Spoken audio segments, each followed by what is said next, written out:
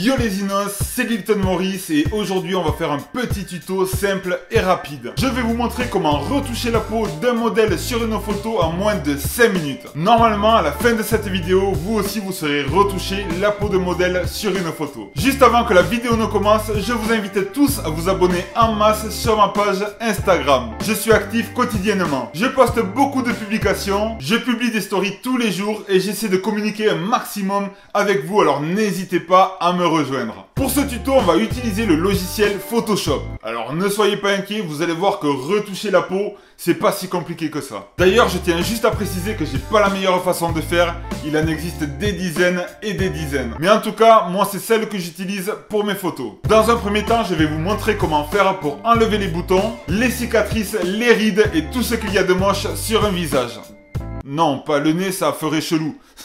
Ensuite, je vous montrerai comment lisser la peau pour atténuer des défauts, tout en conservant bien sûr le naturel de la photo. Et enfin, je vous montrerai une façon révolutionnaire, mais tout à fait simple, de faire du dodge and burn, pour donner de l'éclat à la peau de vos modèles en quelques clics. L'intérêt de la retouche de peau, c'est tout simplement d'embellir une photo, et pas de modifier une photo. C'est important de retoucher ces photos avec parcimonie. On parsimoine, on parsimonise. Bref, on va ajuster correctement les effets qu'on va appliquer. C'est parti, on se retrouve tout de suite dans Photoshop. Première étape, tout simplement, vous allez mettre votre photo dans Photoshop. Vous allez zoomer pour avoir un maximum de détails sur votre photo. Première chose, vous allez prendre l'outil correcteur qui ressemble à un pincement dans votre barre d'outils.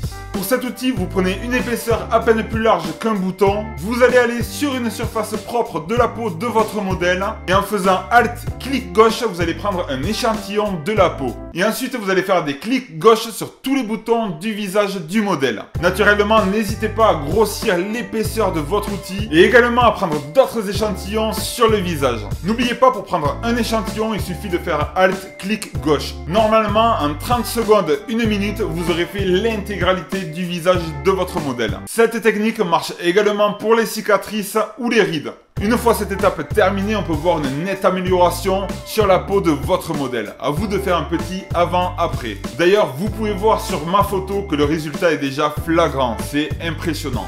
Maintenant, on va appliquer un léger flou de surface sur les parties lisses du visage. Sur le front, les joues, le menton et le nez. Pour ce faire, il vous suffit de dupliquer votre calque en cliquant sur CTRL-J ou tout simplement en faisant un clic droit sur votre calque et dupliquer le calque. Pour appliquer ce flou de surface, il vous suffit d'aller dans Filtre, Atténuation et Flou de surface.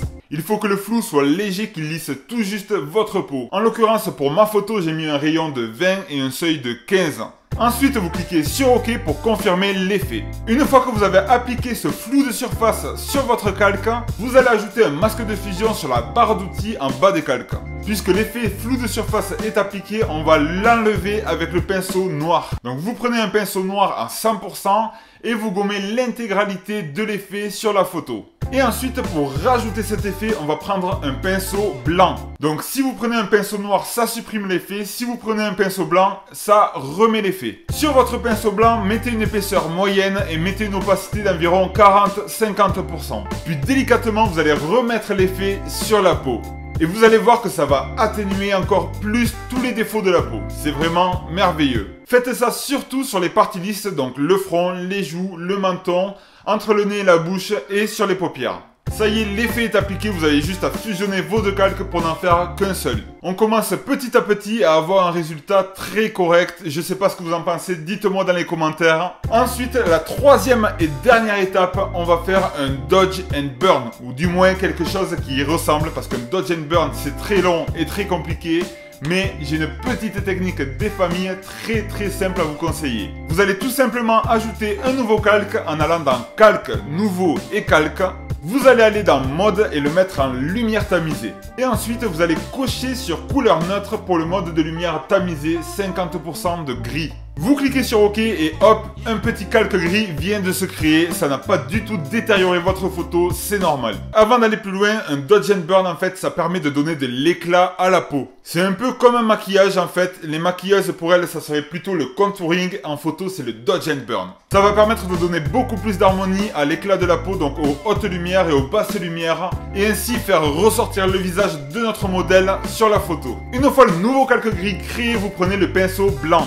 Vous prenez une épaisseur moyenne de façon à pouvoir travailler sur le visage et vous mettez entre 25 et 35% d'opacité. Et ensuite, vous allez passer délicatement sur les hautes lumières du visage. Vous allez voir, c'est très subtil, mais à la fin de la retouche, ça va donner énormément d'éclat à la photo. Vous allez voir que ça donne beaucoup d'harmonie à la peau du visage. Ça enlève encore quelques défauts. Vous pouvez également le faire sur les mains, dans le cou, etc.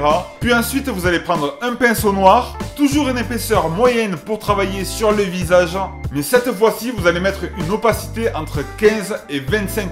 Et là, vous allez passer délicatement sur toutes les parties plus sombres du visage. Surtout sur le haut du front, les pommettes, le menton et la mâchoire. Et maintenant, si vous faites un avant-après avec l'aperçu de Photoshop, vous allez voir que ça change totalement l'éclat de la peau du visage. C'est une dinguerie. N'hésitez pas, grâce à l'opacité des calques, à gérer l'intensité de votre calque, de votre effet.